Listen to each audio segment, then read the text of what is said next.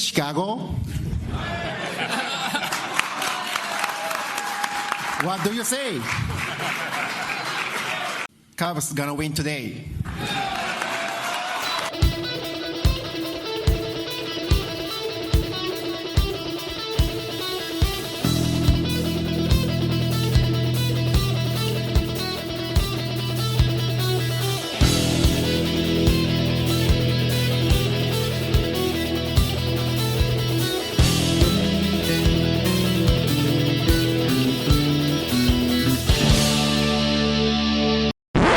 Welcome back to another exciting edition of the Pointless Exercise podcast. We're going to talk baseball with National Baseball writer David Brown. Dave, how are things going? Andy, they're going good. We're replacing some major appliances, not replacing others. It's kind of spring training for the house, you know. It is. It's like get it ready for opening day. That's the only thing. The house is not. Is it in the best shape of its life? Did it report? Oh no! Probably heavens, not. No. Heavens, no. But it's not. It's not bad. It's a nice brick house. So in case of, hey Jack. So in case there's like a tornado, we're in pretty good shape. All right. Yes, not going way up into the sky. I don't know if you've seen Cub catching prospect Moises Ballesteros. I've seen his name, but I've not seen him. He reported to camp in the worst shape of his life. Oh no! I mean, round is a shape. Right. But if they thought Moises was going to slim down to try to progress through the year, he went the opposite way. He's like, this is fine. I need padding. I'll lose. He's probably one of those guys who say, hey, I'm going to lose a good 5 or 10 pounds during the season. Sure. So I'm going to put about 45 on before it starts, and I'll be in good shape. There is a thing I'm really worried about because apparently it's happening in both the Cactus League and the Grapefruit League. I see it all over the place. It's this. It's ABS. I think it's annoyed bowel syndrome that like all the teams have. Is that what it is? Is that what ABS is? I don't know if it's all the teams. There's a couple places where that you can't do it, but yeah, a lot of them. I don't know the number. How many? 23, 24. So you're saying that ABS doesn't stand for? It stands for automated balls and strings. That's what it really stands for? Yeah, it doesn't stand for the brake system, no. I've made that joke to myself. Oh, that's right. Say it out loud, but... Well, that's happened to me. I was driving the other day, and it came on, and I pulled over and tried to find the Jumbotron to see whether it was ball or strike. It is funny to me that they're not using it in all the parks, and I was trying to figure out, like, the Cubs don't have it. It's that beautiful Sloan Park. They don't? But I think I figured out why. I think they put it in the Cactus League ones that have 2 teams because somebody uses that every day. And they're like, well, the Cubs are only there half the time. Why would we spend the money to put it in? Wow. All right, or the Cubs went, what, we have to help pay for this? No, we're not doing that. No, we'll use it when we go play the Dodgers. I can address this in 2 ways. One, I know yesterday there was no StatCast and no ABS. I don't know if that's synonymous, but at the Rays Park in Charlotte Sports Park in Port Charlotte, Florida, because at first I thought it was because, like, did the hurricane take it out? Or did they have it? And is it gone and they don't want to? No. There's no minor league, although I guess it is kind of related. There's no minor league team in that ballpark anymore. So contraction. Oh, yeah. So that's why, according to the Rays writer, there's no StatCast / ABS at that park.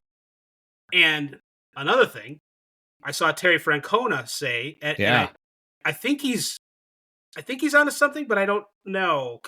I usually defer to Francona. It seems like he knows what he's talking about. I'm not sure about this. He said that, well, it's not going to be part of the rules this season, so he thinks. So why would they waste time preparing for something that is not coming yet?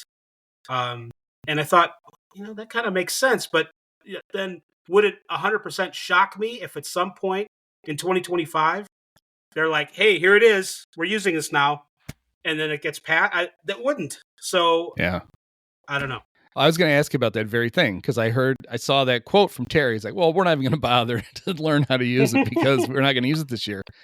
Well, how long have we had PitchCom? Like 4 years? That was supposed to be a spring training test And then about halfway through spring training, the team's like, oh, we really like this. And they just used it. Now, I know that's different because they have to go set this up in all the parks. So it's not like with StatCast. I mean, I assume somebody carries it around in a duffel bag and they hand the things out and they work. But somebody's got to charge them. That seems to be the and I also love the fact that whenever a pitcher hasn't had enough time to warm up in the bullpen, either his or the catcher there, it just does. Oh no, it's not working. Oh, while you're messing with that, I'm just gonna stay warm. Like, yeah, sure, that's what you're doing. You're not still finishing your warm up. But in the minor leagues, players really like it. And I have a feeling that the small test, it's a relatively big test, and that the players are going to like this, and they're going to want to have it. It's one of those things like, we know we can do this, so why are we not going to fix the umpire screw-ups during the season? So if I was Terry, also, what's the harm in learning how to do it? Are you really wasting that much time if it doesn't get implemented this year? I don't know. Because at the very least, it's coming next year, I would guess. I would guess too. Unless there's some major screw up in the spring, they're going to want it and they're going to have it. I'm with you. I could see them announcing, we're gonna have our goal is to have all this stuff by the All-Star break, and we're just going to start going for the rest of the year. Well, you mentioned that it has to be installed in the ballparks. Well, I mean, that sure, it could take a couple months, and hey, what's in a couple months but the All-Star break? So that's right. The first impression with the Twins, because I've turned into all things Twins, is they loved it. They loved it, like you said. Harrison Bader got all excited. This was even in batting practice. They were using it without an umpire. Well, the umpire was Michael Kadire, so I don't know how good the umpiring was. But Bader's challenged a pitch. It got overturned by the computer. Next pitch hits a home run. This was just in BP. So they're like, this is awesome. But we're already having the sabermetrically, analytically inclined conversations about, should we save our challenges just in case, because we want to make sure, what if we need it for late in the game, as if no runs are ever scored in the first 8 innings. Dan Gladden on the Twins broadcast was talking about that today, and I was just kind of shaking my head. So as long as you know what you're doing as far as the batter, and that's the guy too. The batter to me would be the most, for as good as they are at identifying strikes, just because of where they stand in relation to they're not behind home plate like the catcher, and they're not on the mound with a great view of it like the pitcher. So as long as the batter isn't freestyling out there, you should use it whenever you can, and just make sure you're right, and you keep your challenges, and then you'll have them late in the game. So yeah, you get 2, right? Well, you basically get to be wrong twice, and then you run right. Because every time you're right, you just keep it. Right. So you have 2 challenges. If you challenge 8 pitches and you're right every time, you still have 2. But yeah, I wish I had written down. I was watching a spring training game over the weekend, and they said that the team's catcher is not allowed to challenge because they said leave it to the pitcher, because they had a feeling the catcher would just challenge everything and they'd run out of him in the first inning. So he was literally like, he's not allowed to challenge. And the Cubs played the Rangers at Sloan Park on Sunday, and the Ranger pitcher kept signaling that he wanted to challenge a pitch, and they had to explain to him they didn't have it. It's Sloan Park. Oh, he's up there and he's pointing like, come on, I want to challenge it. And the umpire comes out and he's like, they don't have it here. He's like, what?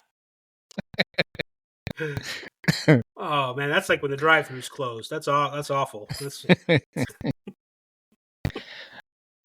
One thing I didn't, so they're still working the bugs out of it. One thing I didn't like the very first time I saw it, Cody Poteet, the great Cody Poteet, was the first player to challenge a pitch in spring training. They got the mechanics wrong, and the umpire signaled that it was a strike instead of a ball before they could put the graphic up on the Jumbotron. And you want that because you want the crowd. You need the suspense. You need the crowd to watch it to see if it's going to be a strike.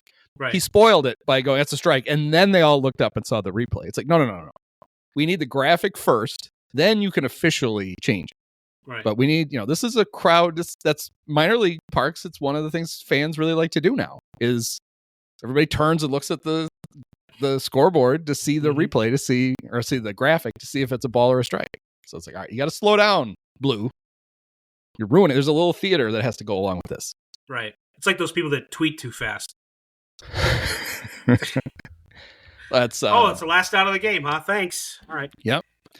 Notoriously, Brad Biggs does that during Bear games.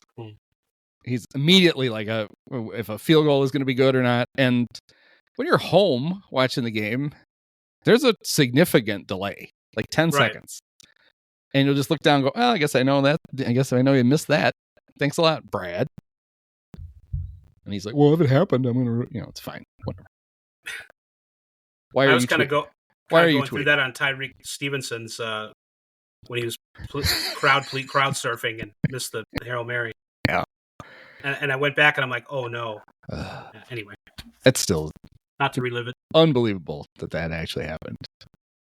Not just that he was talking to the fans, but then he made up for it by blindly running towards the ball and knocking it into the end zone. I mean, if Thanks you're going to go, go hard. That's right. Yeah. So yeah, it'll be interesting to see if we get any automated balls and strikes this year. It does seem like this is their only path forward now. Like we're not going to the thing where it's going to call every pitch and it's just going to tell the ump. They seem to have settled on the challenge system. Right. I suppose we'll see after we have some more data, how that thing goes with like saving the challenges and being wrong and being out of challenges and what happens when you're wrong and the consequences of that and blah, blah, blah. And so, but I mean, for now, I would agree with you. And but there's no, wouldn't it be great if they could give the managers like a flag to throw? We could check out the arms in some of these, Craig Counsell's didn't have a great arm as a player. Would he be able to get it, throw it out far enough to get it seen? I don't know. Now, supposedly the benches can't, like the players have to be the ones who do it, right? The umps are supposed to crack down on hearing people screaming from the dugout whether to challenge or not. Because they're way the heck over there. Yeah, in theory they can't see, so they shouldn't be doing it anyway. Right. Maybe everything's like a strike. Like height, maybe if you're adjust, but you're not inside and outside. You can't tell. I feel like Aaron Boone would run out of challenges in the first half of the first inning of every game. First game, yeah, he might. Maybe he'd use a whole season's worth in the first game. The Yankees are out of challenges for the game. No, for the whole year. What? Yeah, you only get 324 for the whole year. He used them on the first 324 pitches. That would be, you should be able to, that's a good idea. You should be able to bank them. If you don't use them, they roll over to the next game. I'm going to ask somebody that question once. They'll be like, shut up. So you were talking about not having StatCast. I think it was Jason Stark that on Blue Sky today put out a picture of, I'm pretty sure he was in Dunedin, and they had the StatCast metrics on the scoreboard for batting practice. Yeah. So the players were like, checking out their launch angle while they were. Yes, they were. Dan Hayes, again, the Twins, tweeting about, Ryan Jeffers hit that 421 feet, and this is like batting practice. And we're like, why do you know that? And he's like, because they put StatCast in, it's all over. So that's, there's speaking of not being able to go back, if you thought there was too much data before. Yeah. Well, I'm going to make a request to Marquee then. And that is, if they have access to that in real time, which I'm sure they already have, put that on their stupid scorebug, because Boog loves to tell everybody the speed of a ball off the bat. Mm-hmm. And you just don't need the announcer telling you that. It would be like if he was telling you the pitch speed on every pitch. Mm. It's like, no, we can see it. We don't need you to explain it. So just make it part of that jumbled mess they put in the upper left-hand corner, and we'll figure it out.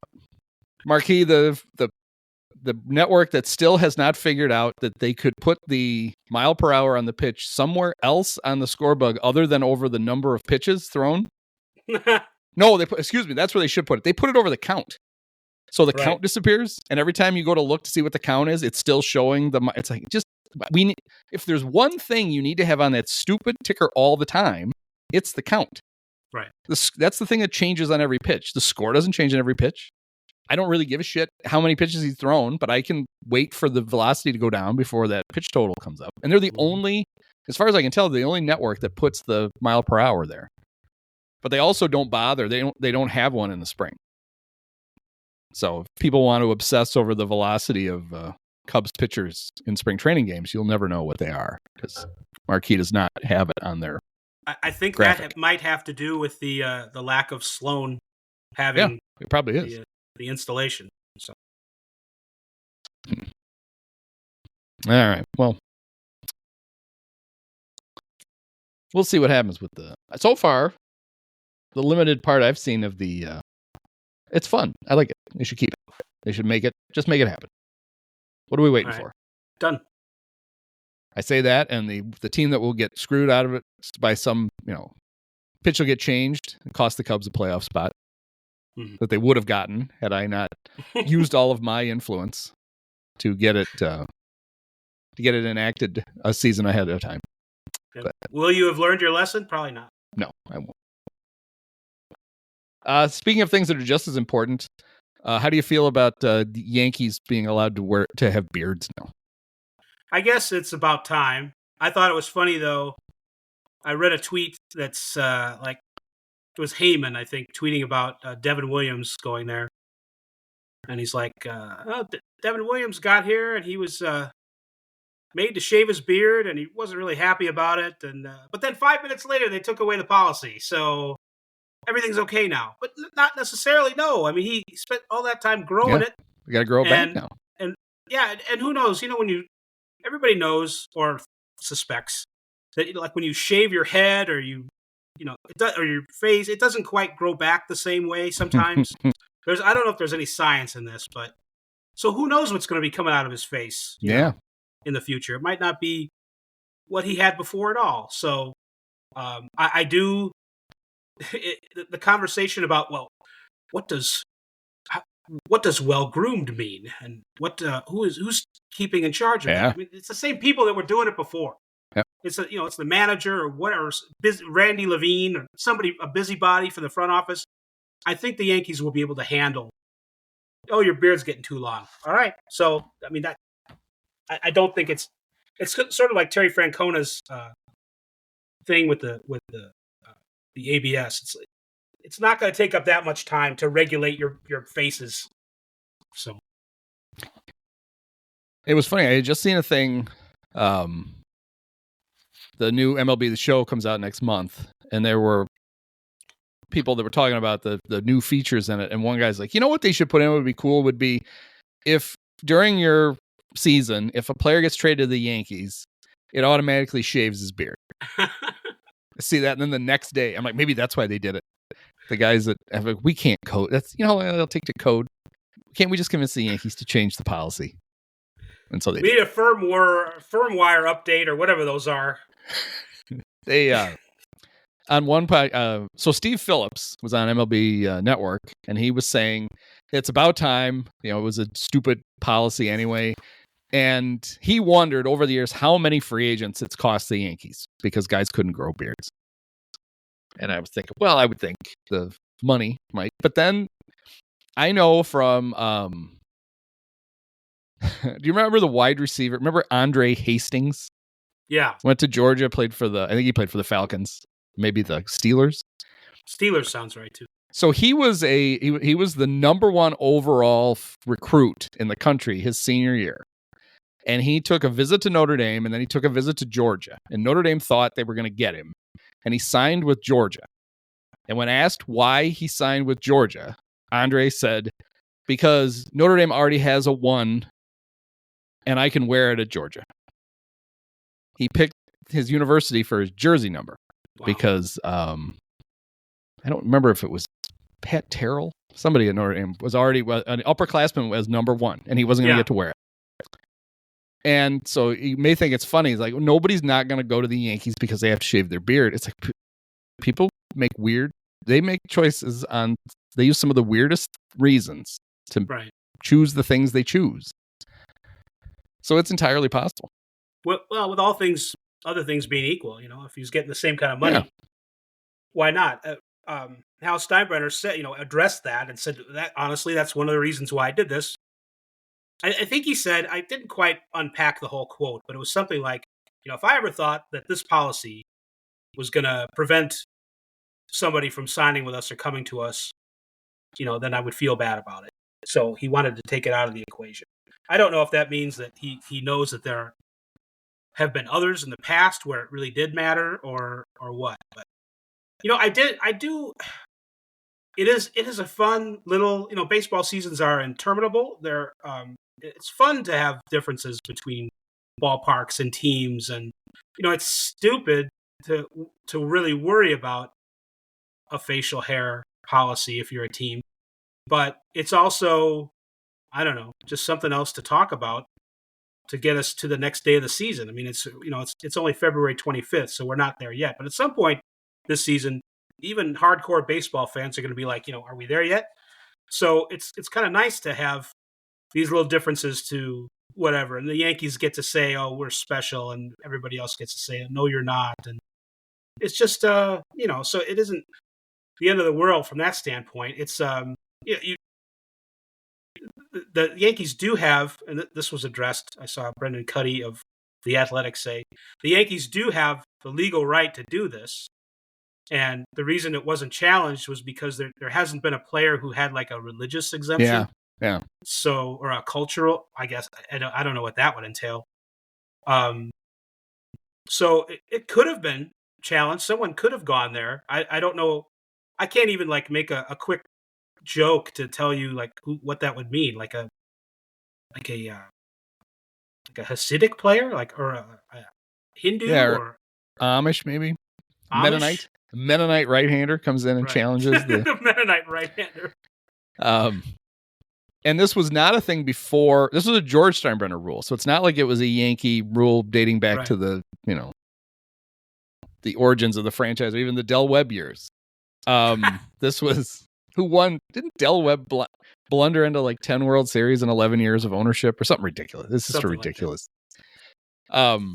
This was a Steinbrenner thing, I would guess, in one of his I'll show those dirty hippies in the 70s. And these no beards. You nailed it. I think you have it exactly right. And you remember what Charlie Finley did then in response? Right. He was paying A's to grow mustaches. Right. He wanted to decide if the Yankees are going to be the clean-shaven team, we're going to be the mustache team. And he would literally pay guys to grow mustaches. I don't, knowing Charlie, he may not have actually paid out. He may not have ever written any checks. No. But he got guys to do it. That was like Trump paying his lawyers. I don't know that it's ever happened. Pretty much. But it was, see, that kind of thing is fun. It's as bad of a person as Charlie Finley was, and kind of George Steinbrenner too, in a lot of ways. That stuff's fun to me. And, it highlights the quirks of the game that get us through the mundane, monotonous times. So there's that. But I mean, also, I understand, and I understand a team, a business wanting to, these players represent you to a certain extent. Like, I wouldn't want somebody going out there looking like Charlie from the Rockies, oh yeah, Charlie Blackmon. But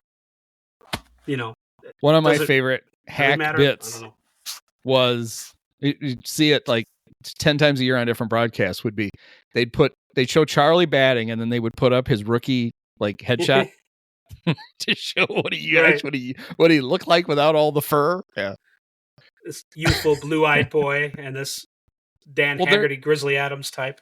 I mean, I know this was common, but there was a manufacturing company. It was still here in Rockford that not only did they require, there was a haircut that they were workers were all men. They all had to get the same haircut. And I went to school with kids whose dad was the barber at that place. And it was funny that when he retired from there, he opened a barbershop in town, and all of a sudden everybody in town looked like they worked at Woodward because he only knew how to give one kind of haircut. My sister really hated it when she got hers, but that's actually, she didn't really get a haircut by him. No. So.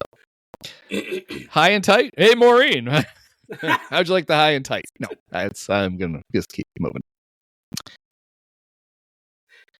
Speaking of ownership, sad moment in my family.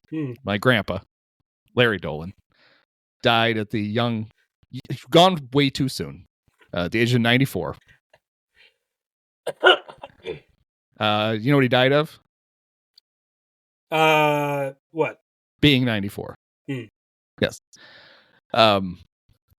He's gone, and I mentioned this earlier today. We didn't plan very well for this. Grandpa has the only key to Progressive Field, and we don't know what pants he left it in. And we're a little worried about opening day already. We might not get it open in time.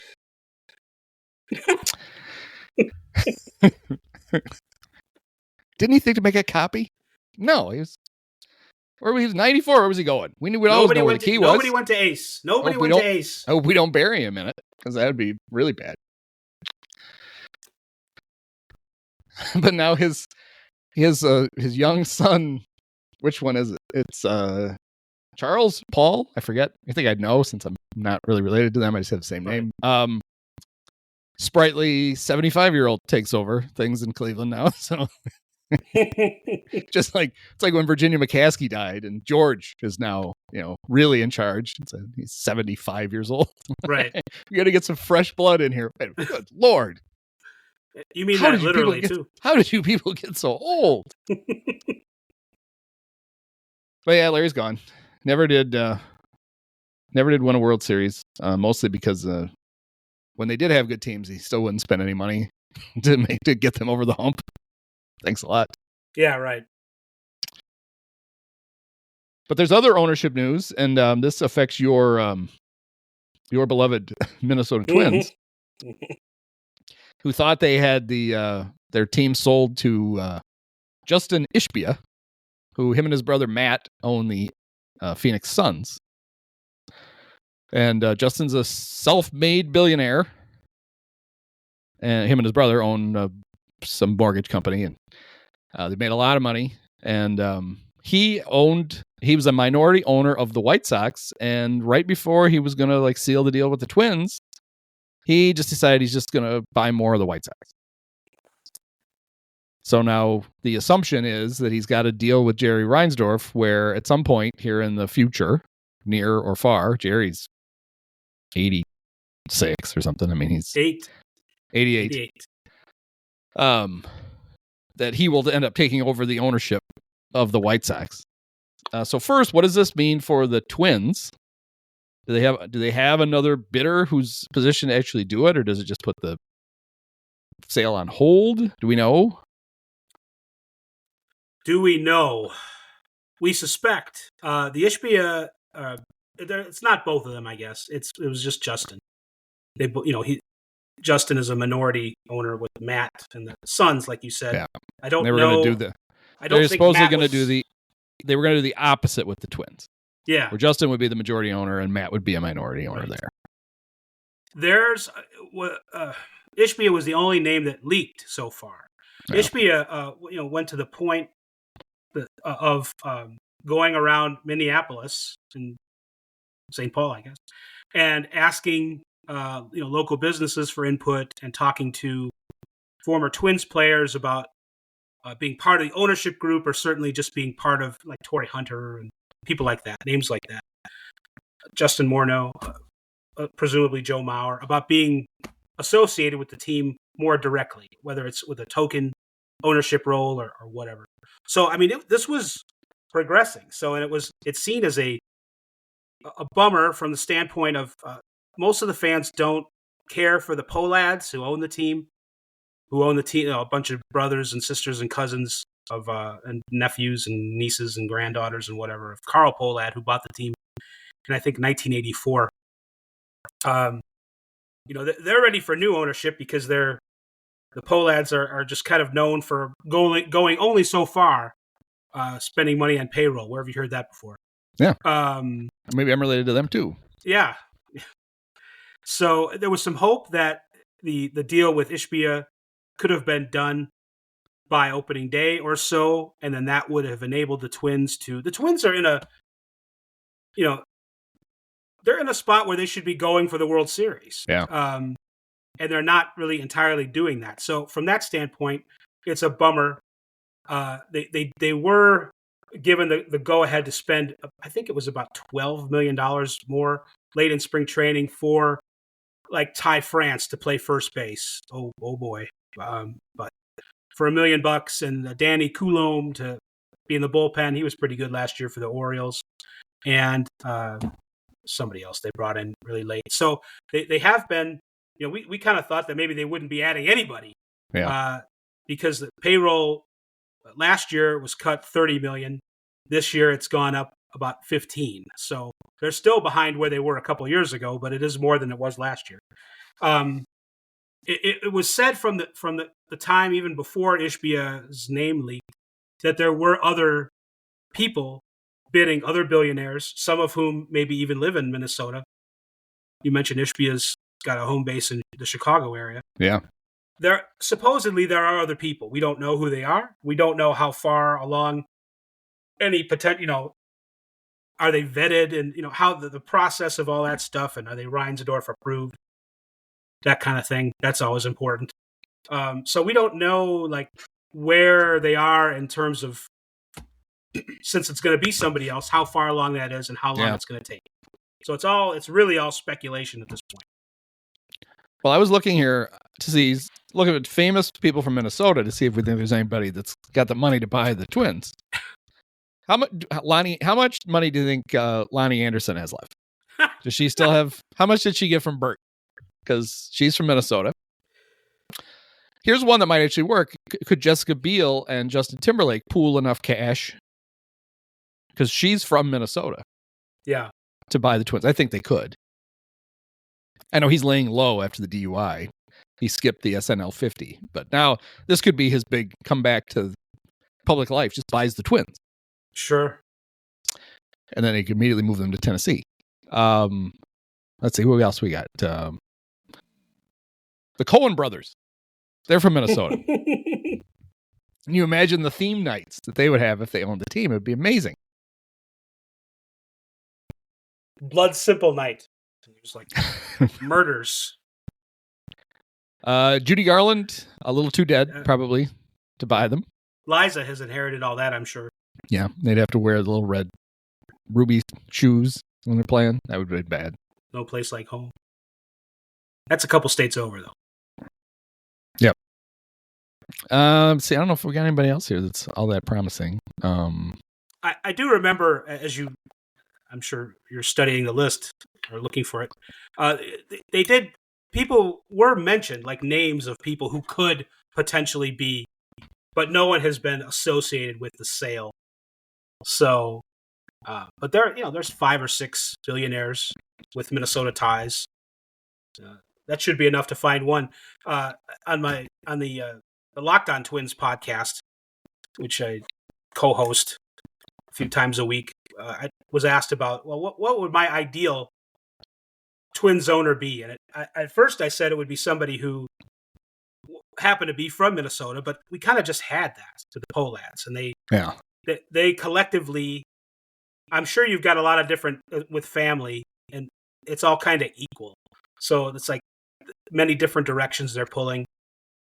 They never really bought into all the way, making that investment in the local team. I'd want it to be someone like, everybody wants someone like Steve Cohen, with the Mets.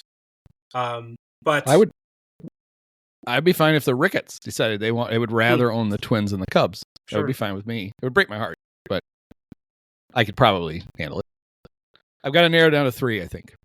So one of these 3. Winona Ryder, Paul Westerberg, or here's the one I think is clearly the winner, Kevin Sorbo. Wouldn't we love to see Kevin Sorbo own the Twins? That would be ride in a Minotaur. The January 6th choir could sing the "Take Me Out to the Ball Game" at opening day. It'd be great. Well, this could end up affecting my favorite team, the Cubs, in that if and when, it's when now more than if, Justin Ishbia, and I always want to put an extra I in it. I keep wanting to say Ishbia. Like I just started getting comfortable pronouncing his name, and then he pulls out of the Ishbia deal.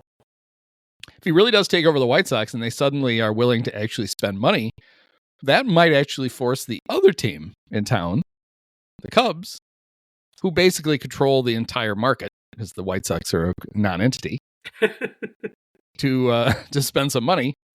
And my good friend John Greenberg has been writing about this in The Athletic, and he pointed out today something I'm sure is factually true, that the Ricketts who own the Cubs, who run the Cubs, not the ones who own the Cubs, they're not billionaires. Dad is the billionaire.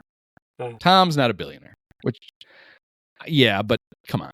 I mean, Joe owns the team, and I know Joe doesn't want to put any more. He basically handed the team over to the kids and said, "Are you run this thing? I'm not dumping any more money in. I'm busy in Montana trying to buy entire towns," which is the thing he's trying to do.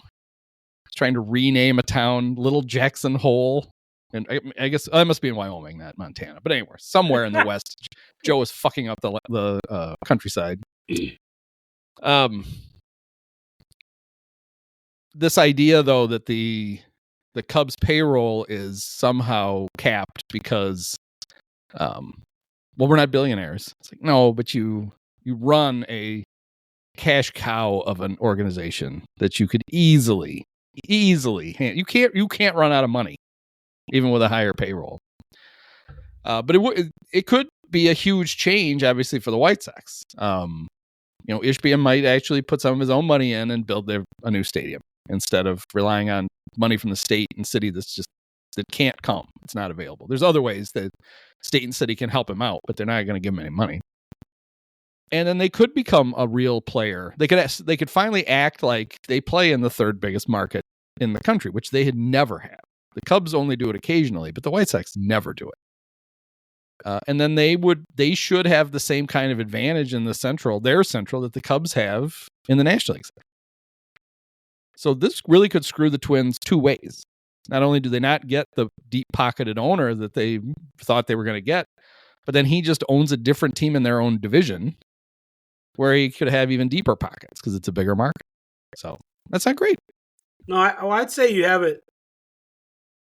The possibilities analyzed pretty good there. Yeah, it's making the most of having the American League team that's in Chicago. Certainly, I mean, if I were him, it would make more sense to want to buy the White Sox, whether I live there or not, or near there. So, I mean, do we think the house he's building is that nice? He's only spending $80 million on it. Yeah, lakefront property next to Bannockburn. I don't know where it is. Yeah, it's probably he's making quite an investment in the North Shore there. So yeah, it would. I totally get it. And I think I don't know like what could Reinsdorf have told him. I don't know if it's like assurances because I don't know if Jerry gives those, but maybe he gave like signals that he's like, all right, it's time. And it does bode well for him, I guess. That if like I said, if Reinsdorf does like you for whatever reason, or likes your money, then you're okay. There's certain kinds of money that Jerry doesn't like. He wouldn't have liked Mark Cuban joining the league, for example. Oh yeah, so. Him and Bud worked actively to make that not happen when Cubes tried to buy the Pirates. But yeah, it sounds like what Jerry did was Jerry gave the go-ahead and some nudge to some of the... It was funny to see the list of owners of like Lee Stern, the old Sting owner. Yeah. Still, I didn't know he's still alive. He's 98, and he still owns a bunch of the White Sox. And it sounds like Jerry basically gave his blessing for some of the minority owners to sell their some of their shares or all of their whatever they want. And then there's this whole confusion over how much of the White Sox Jerry actually owns. Yeah. Like he won't say, and the White Sox won't say. It's estimated he owns about 19% of them. Mm-hmm. And he was like that a long time with the Bulls, where he was the chairman of the board, but he was not the majority owner. And he started buying stuff up. But there was a time, I think, when the Bulls won their first title. Why am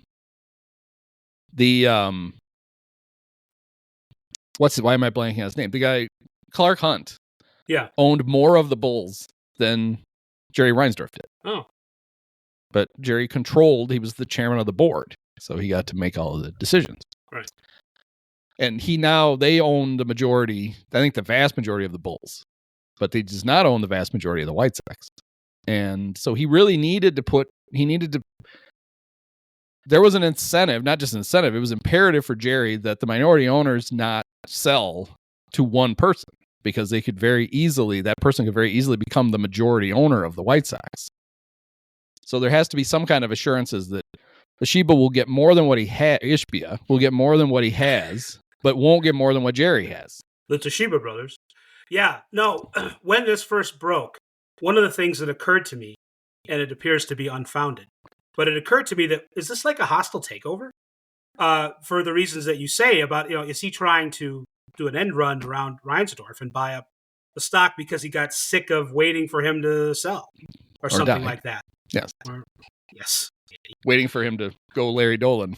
To Grandpa.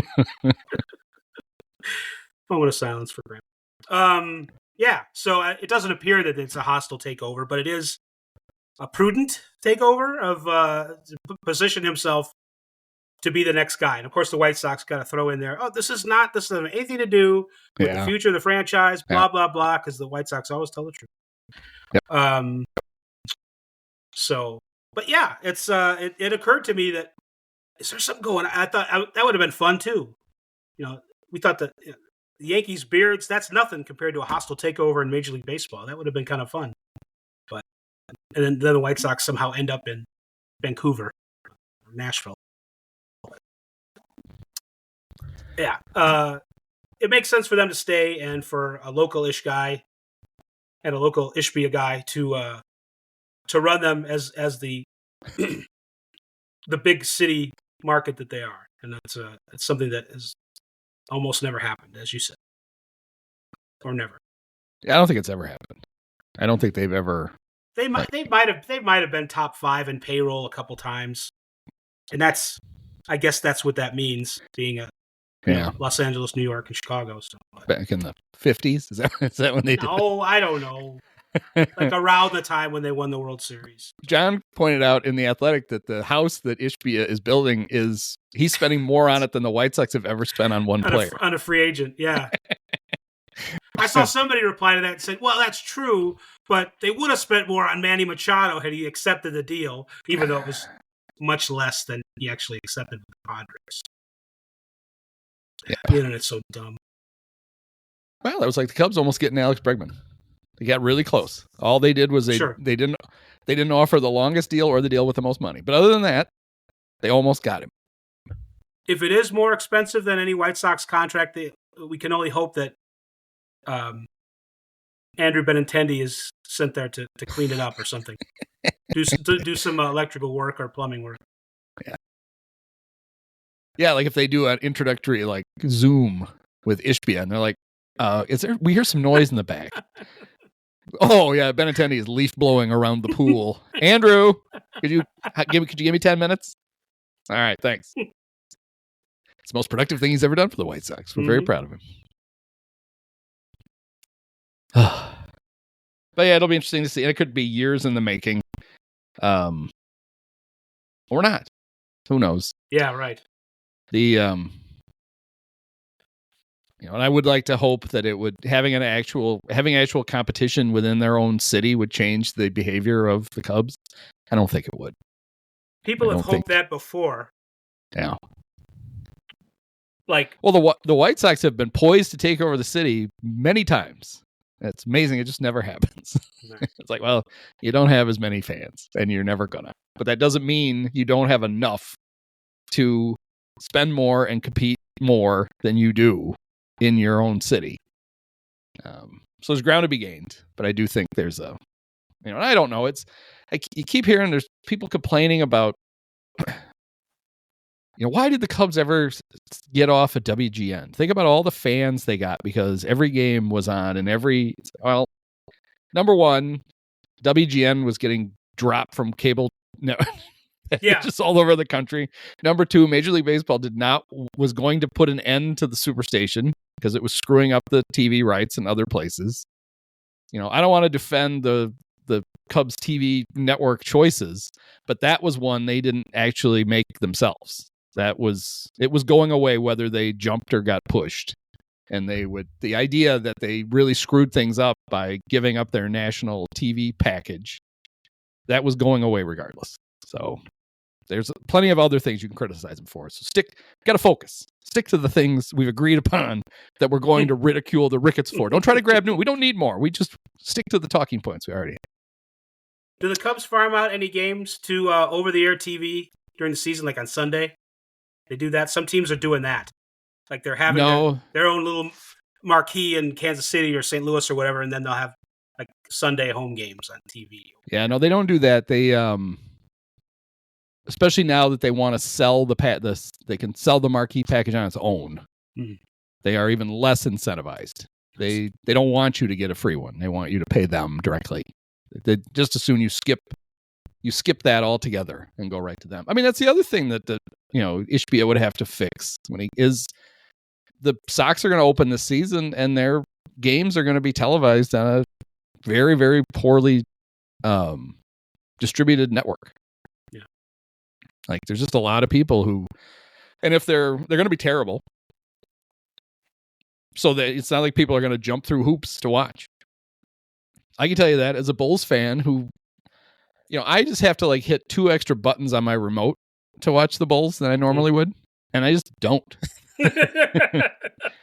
I would literally be sitting there. I'll get an alert on my phone that'll tell me that because I have that Apple Sports thing, and you put your favorite teams in, and then it'll alert you that a game is about to start. Mm-hmm. And I'll look down and like, oh, the Bulls are playing, and I could reach for the remote and watch it, and I'm like, nah, that's all right, I'm good. And they're gonna get a whole season of that again from White Sox fans because. It's to me, I have to like change the input on my TV to watch them. And I don't think I can do that right now. I'm exhausted. I'm not going to bother. The other thing I want to talk to you about is a literal Cub legend. Anthony Rizzo is still without a team, even though he would like to play.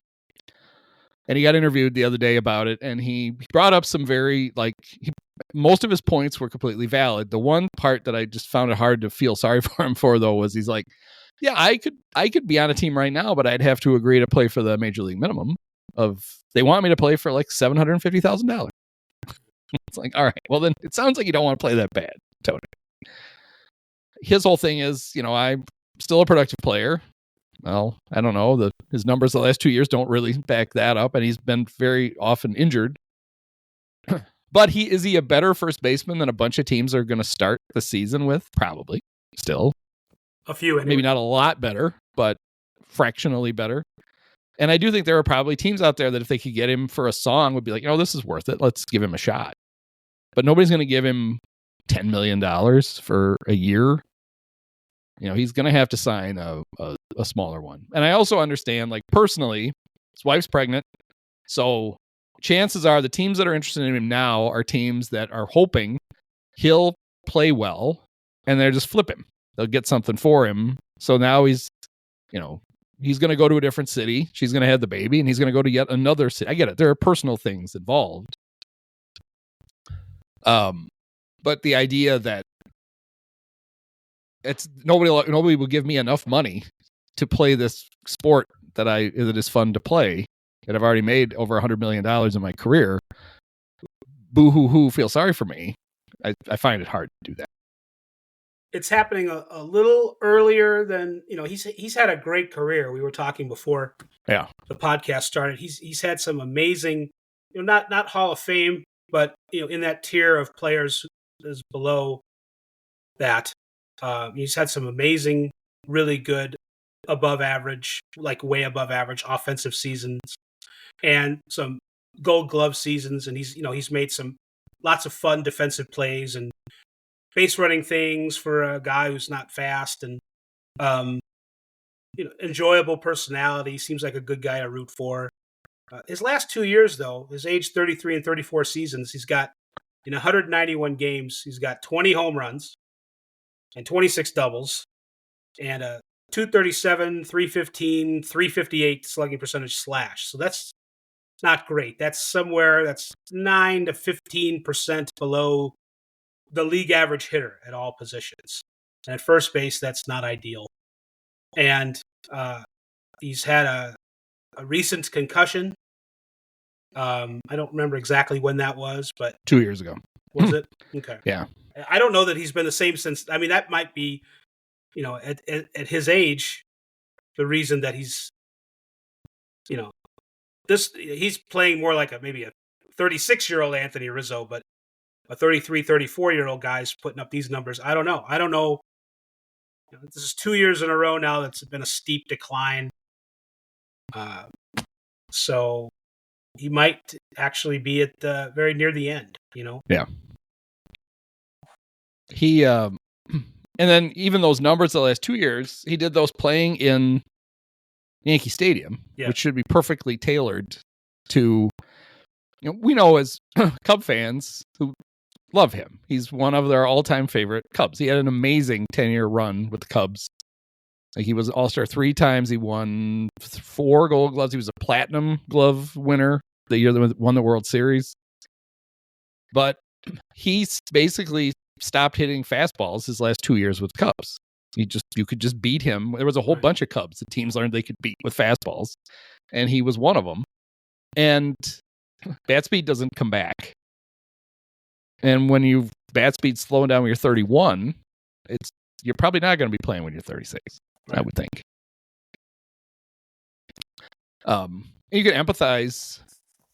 I guess you can't empathize with him. You could sympathize with him. Maybe if we were Major League Baseball players, we could empathize with him. Because he's still a young man, and he has been at times a great baseball player. But at the same time, this is the way baseball is right now. Teams are willing to spend a lot of money on the players they think are the premier players, but they also want to hoard all their prospects. And so it leaves very little there is no middle class in baseball anymore. It used to be that a guy like Anthony, and towards the last 2 or 3 years of his career, would probably make about 60% of what he made at his peak. So he'd still make a lot of money. But now teams aren't really that interested in that. They can find a guy that some geek with a spreadsheet we can get 89% of Anthony Rizzo for 12% of what he's asking for. Why would we pay him for that extra 11 or 12% of production? Some other things about this situation. He did get a $6 million buyout from the Yankees. So there's that too. I mean, there's the status part of being offered the minimum, but there's also the fact that he wouldn't be earning the minimum exactly this year, even if that's what someone was willing to give him. It'd be more than that because the Yankees are still paying him $6 million. And I'm sure you're 100% right. That factors into the offers they're giving, because that's what they're explaining to his agent. Right. He's already making $6 million. We're going to give him we're basically giving him the opportunity to play for that $6 million now. And you talk about opportunities. Look at what happened with Pete Alonso. He, first base. I mean, it's not that he's not making a lot of money, but he certainly is not making as much for the length that he thought he might before spring training, because first base and that kind of player is not somebody who's going to get a huge amount right now from teams. It's just kind of Rizzo is stuck for that reason. And another thing, I've heard some theories advanced about how we're kind of overdue for expansion at this point, and there aren't. You mentioned the bookworms and the analysts behind the scenes. There are a lot of opportunities to. There aren't a lot of opportunities to play the game, and there probably aren't as many as there should be right now. And adding another team or two, I guess it would be two, would kind of even that out a little bit. And there's a bunch of free agents now that they'd be on a team somewhere already if baseball had expanded to 32, like I think they a few years ago thought they would have by now. Yeah. So there's that too. There's and just the general realization, like you said, that and it's kind of always been true too. There's a bunch of guys in AAA who could be about as good as the people who are in the majors already. a certain amount of them. There's an overlap there of power hitters and pitchers who could hack it in the majors and do about as well as a certain percentage of the guys who are in the majors now. I mean, that's kind of, I wonder like if that's one of those things that's always true, and it's certainly true right now. So it's there's not a lot of places for Rizzo to go. So well, and the other thing that puts a squeeze on veteran position players is every team's bench is so short. Teams basically only have 4 bench guys. They've got the 8 position players, the DH, and then they all insist they have to carry 13 pitchers. That only leaves you 4 extra guys. And I would guess the DH plays into it too. Like if you were a good enough player back in the 80s where you weren't an everyday player anymore, but they thought you would be a valuable like pinch hitter, like Richie Hebner played until he was 58 years old or whatever. Right. Those jobs don't exist anymore for people. They're like, well, we've got a DH. We're hardly ever pinch hitting. So what do we need to keep a guy just to be a pinch hitter? The Cubs probably have like one of the few guys, Justin Turner. That's basically what he does now. He's going to be a DH and a pinch hitter and occasionally play a little first base. And that's kind of that would be, I guess typically that would be the kind of role the guy like Anthony would age into, but there just there's just a handful of those spots anywhere around the league anymore. That makes it even harder, I would guess. You brought up a good point about rosters are tilted towards pitchers more than they used to be. And that's something that I would, if I were the union, I'd be working on adding another roster spot. Yeah.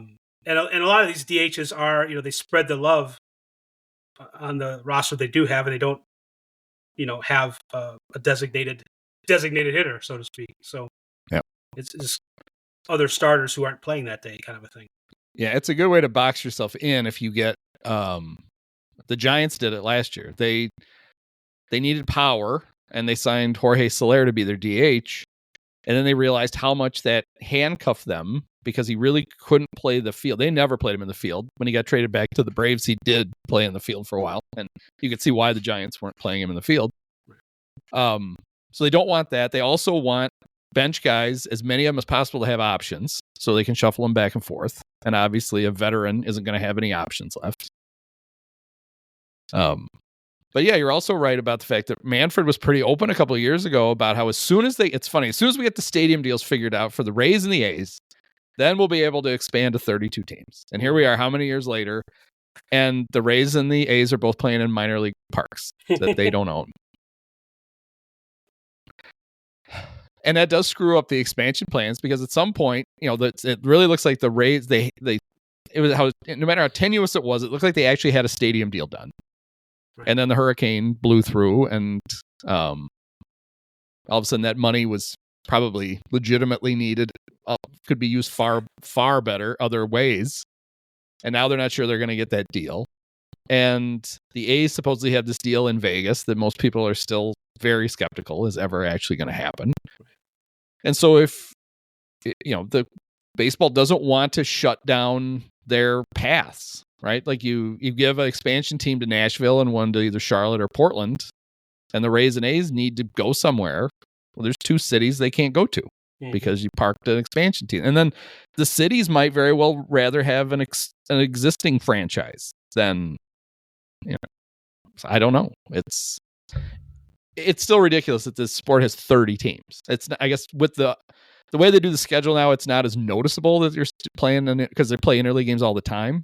But you were still, until they did this, there always has to be one interleague series just because they can't figure out how to put an even number of teams in each league. So, I don't know. It's all a little weird. Last thing I wanted to talk about was it's somewhat akin to teams being, for Rizzo having a hard time finding a home. Alex Bregman had a more difficult time finding a place than he thought he was going to. Some of it though was he was being offered actual money. It just wasn't as large as what he wanted. But the part I want to talk about was because I wrote a long thing today about likely Cub third baseman Matt Shaw. And I wrote about how it's ridiculous for somebody like me who doesn't really watch. I don't watch the Cub minor leaguers play. So how can I really have an opinion as to whether the Cubs should be playing Matt Shaw at third base? Is he ready? And I've just decided, I know he's ready because I need him to be ready. They don't have another option at third. Right. So I've convinced myself that he's ready to play because I need him to be ready to play. But I had a better source. So Keith Law had been consistently, he's a big Matt Shaw fan, and he has been since he was at Maryland. His draft previews before the 23 draft, he kept saying Shaw is probably the fourth best player in this draft, and he's going to go in the teens because he's playing shortstop at Maryland, and so scouts only see him as a shortstop, and they're like, he can't make the throw at shortstop. And you're like, well, he can hit, and he can play second or third, so why wouldn't you just draft him and play second or third? And then the Cubs got him 13th, and Keith lauded them for getting him and saying it was a great pick. He should have been the fourth player taken. He goes 13th. And then he pretty quickly works his way through the system. And while the Cubs were trying to get Bregman, Law kept saying, why would you spend $30 million on Alex Bregman? You can get basically the same production out of Matt Shaw, considering Bregman is on the downslope of his career, maybe on the early downslope, but it's coming down. And Shaw, you've got this rising youngster.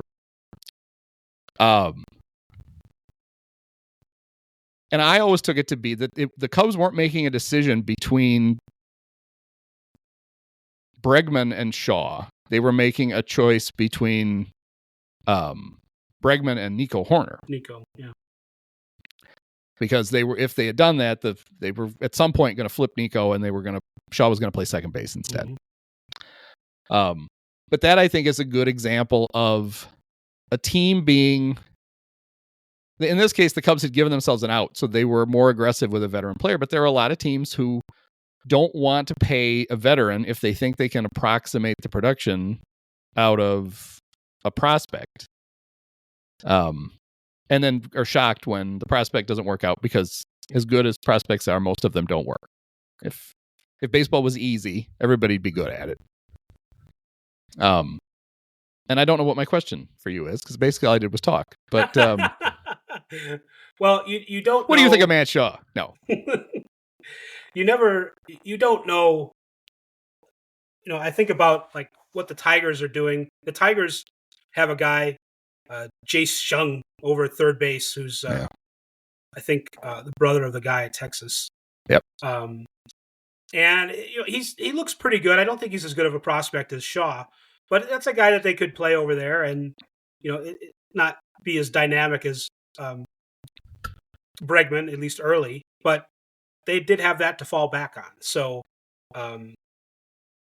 I think if you have options, like you've got Shaw and you've got Horner, I think just having those people in place is maybe a good enough reason to kind of not lament not having Bregman around.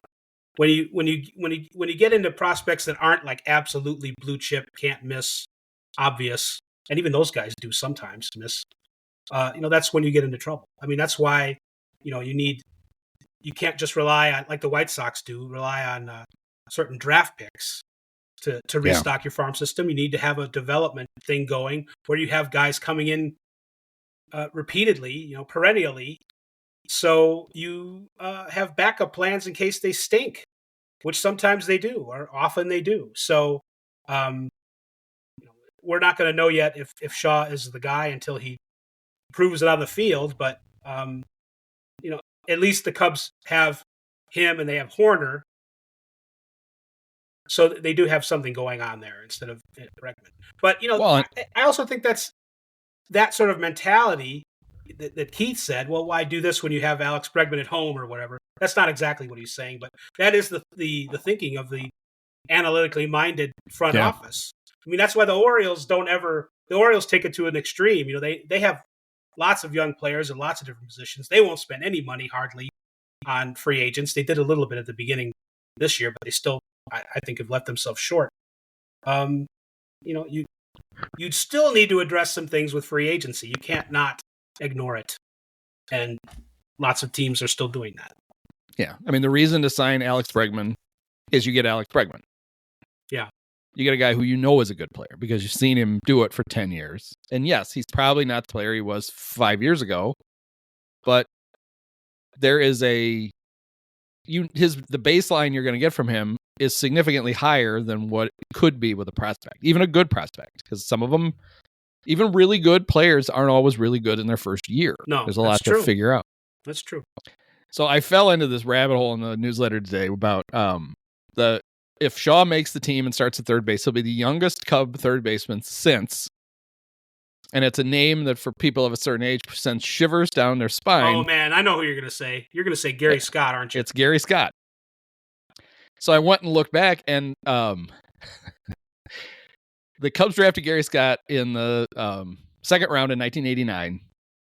And he signed right away, and they sent him to low A, and he hit pretty well. And they actually promoted him to high A.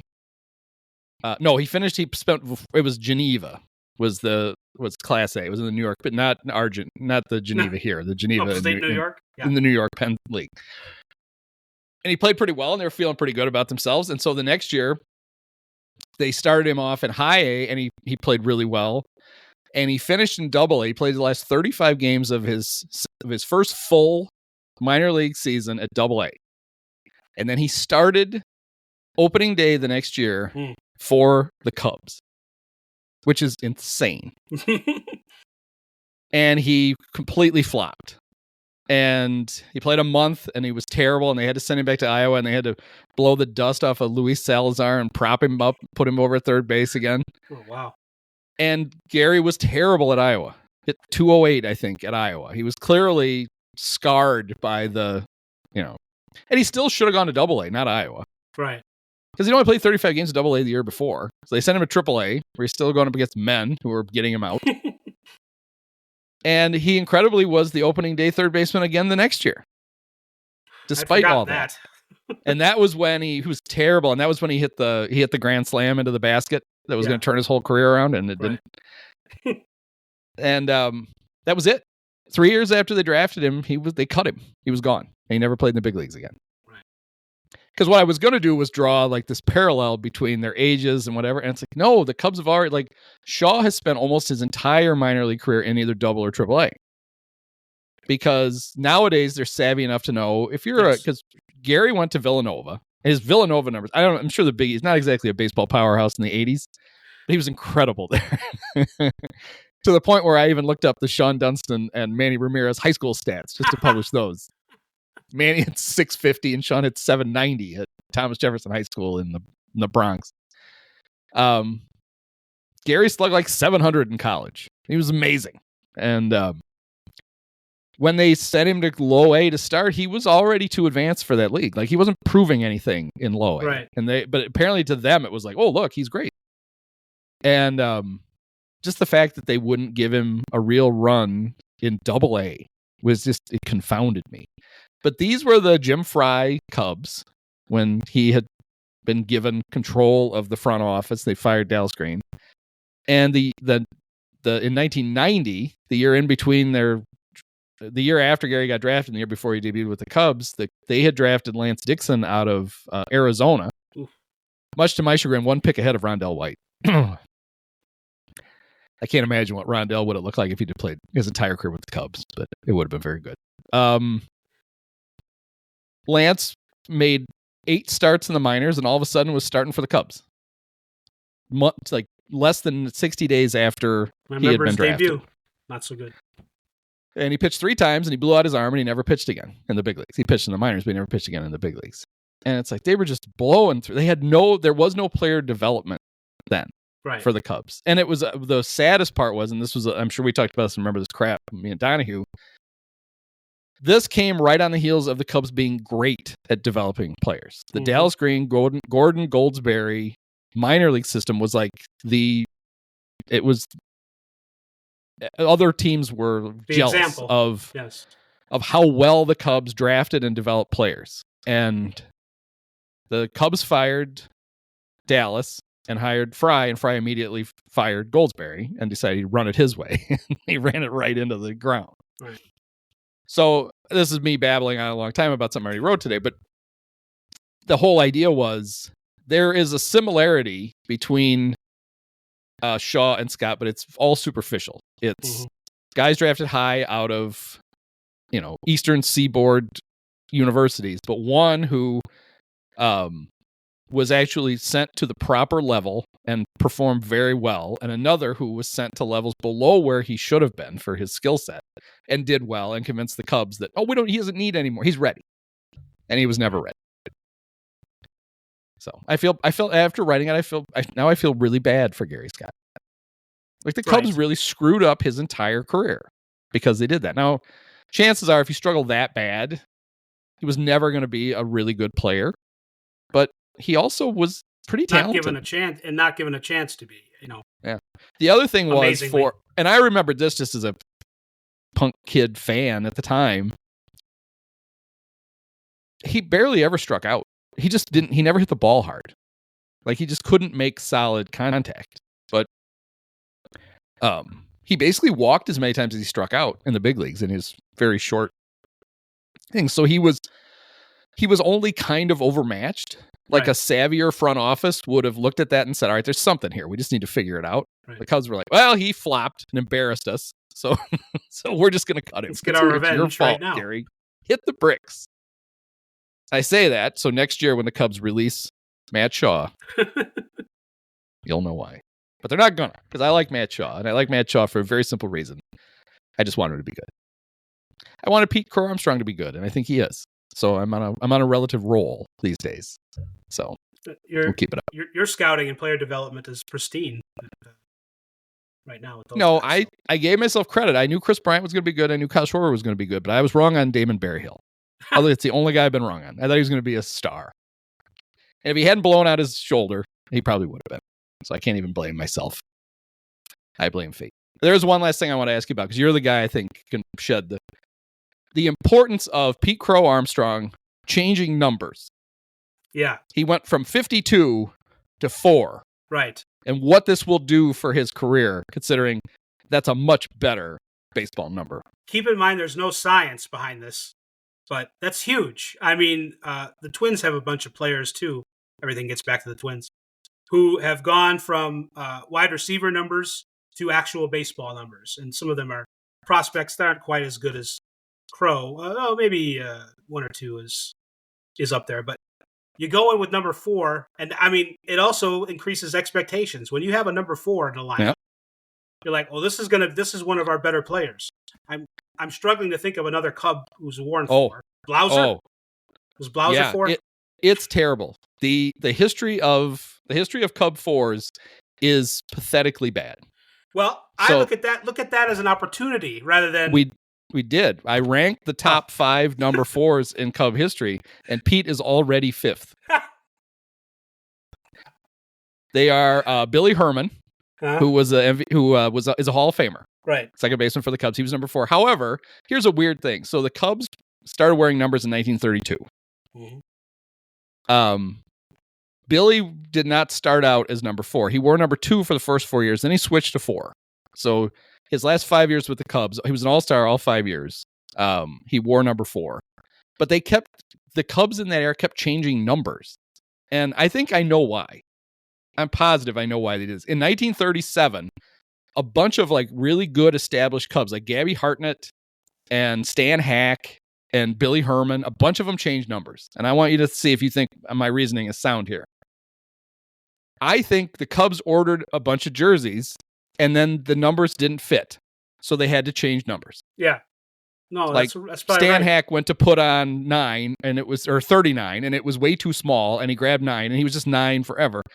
Because we think now of the amount of thought people put into their numbers and whatever. To me, this was more like your first Little League, when they were literally just like holding jerseys up in front of kids to see if they'd fit. Right. And that was how you got your number. I'm pretty sure that's what the 37 Cubs did in the clubhouse. Was, all right, that's not going to fit.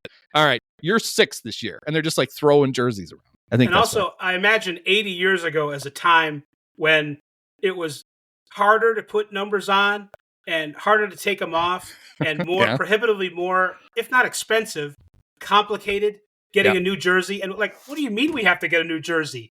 You know, that's going to take too. There's a war on or something. We're not doing that. So yes, I think you are very close to the truth. And we know from an old podcast that Charles Barkley would have been showering in his, and that would have screwed everything up. And we also know, like, the Yankees kind of established this, right? The reason Babe Ruth wore 3 and Lou Gehrig wore 4 was you wore your batting order position on your jersey. That is incredibly. That's kind of embarrassing that's what they did. Honestly, it's like, are we all that simple-minded? Yeah. Well, it wasn't the whole idea, though. It was just so fans could actually identify them. Yeah, right. Stadiums were getting bigger. Fans were farther away from the thing, so they put numbers on. And their brilliant idea was, well, Tony Lazzari, or I don't even know if I'm in the right era, he bats first. We'll just put 1 on him. We'll just have him wear the batting order, and that'll help the fans figure out who's who. And that's a weird thing that still lingers. Like, it's still really odd to see. More and more pitchers are doing it, but we don't see it that much. Pitchers wearing single-digit numbers. It seems really weird. It bugs you. That goes back to that. Yes. Because, like, the first 12 numbers would all be given to position players, and then whatever was left, the pitchers just wore. So no pitcher wore a number under, like, 13 or 14 because of that. And so there was never a thought. Yeah, all these kids grew up, their favorite pitchers, nobody wore a single-digit number. Right. So you just didn't do that. And these days, everyone's a big Josh Towers fan, so they're all wearing 7 Blue Jay jerseys. So, it's... Yeah. I'm sure we'll still see a bunch of Marcus Stroman zeros around Wrigley Field. Sure. Well, maybe not. Yeah, so it was Billy Herman number 1, and it was, I think, I don't know if I put Chuck Klein number 2. He only played 2 years for the Cubs, but he wore 4, and he put up huge numbers before they traded him back to the Phillies. Ralph Kiner wore 4 in 2 years with the Cubs, hobbling around. But he had 50 homers in 2 years, and that was enough to get him number 3 on this list because there just weren't any good ones. And then there was this long stretch of coaches who wore 4, so it wasn't even in the thing. Like, it went Lee Elia. When Lee got fired, Charlie Fox took over him. They just gave him Lee's jersey. Right. Here, just wear this, you're 4. Then Don Zimmer wore it as a coach and then wore it as a manager. When Don got fired, Gene Michael took his 4. Mm-hmm. So they just same thing. Just changed the name off the back on the roads. Homes don't even have to change. Dale Sveum wore 4. And then he gave up 4 for Carlos Villanueva.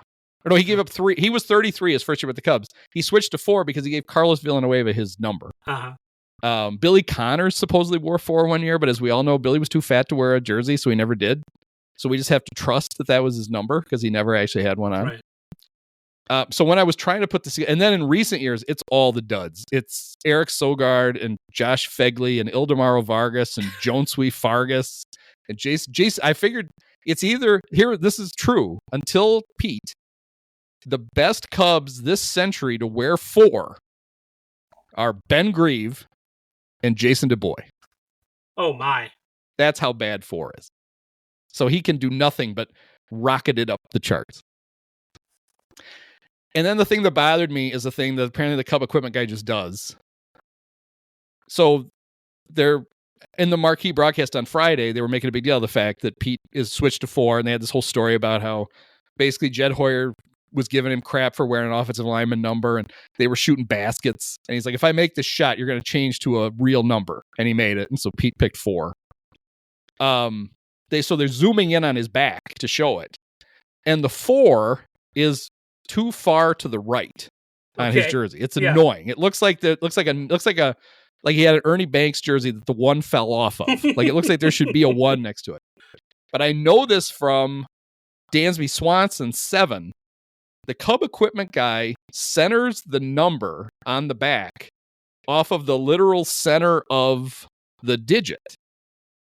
And so the 4 and the 7 never look right. Oh, he doesn't do it from like the middle of the top slash. Right. He does it. He literally goes down the middle of I'm saying he, it could be she.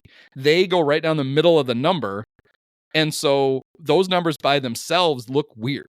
Right. And so you're just going to have to learn to jog it over. And it's exacerbated with Pete because the Crow Armstrong, that arch he's got that makes like 70% of a circle, really makes the 4 look like it's on wrong. So they're just going to have to eyeball it and make it look better than it does. But I'm very happy for Pete because I felt like 52 was holding him back. He can't be a great player wearing 52. And now he can. It's an okay, like, left-handed reliever number, but it's not. If you're going to play in center field, you can't have 52. It's just not. Yeah. Well, the Cubs shouldn't retire 52. They should light it on fire and get rid of it. Yeah. Because Sergio Mitre wore it. Oh my God. And we don't want anyone remembering anything about Sergio Mitre now. No. So that number just needs to be taken out of commission forever. They can pretend they retired it for Justin Grimm on the World Series team. All right. Okay. Well, I took us all over the place today, but thank you for going with. I always enjoy it. Anytime. Thank you, Andy. Thanks, Dave. Many of us have herpes. Post-game show is brought to you by Christ, I can't find it. The hell with it. It's fitting. It's got to be done with one of the best games of all time. Just unbelievable. Got to congratulate the Dolan family. Sean, my podcast co-host Andy, you were his favorite player growing up. Oh, thank you so much, Awesome.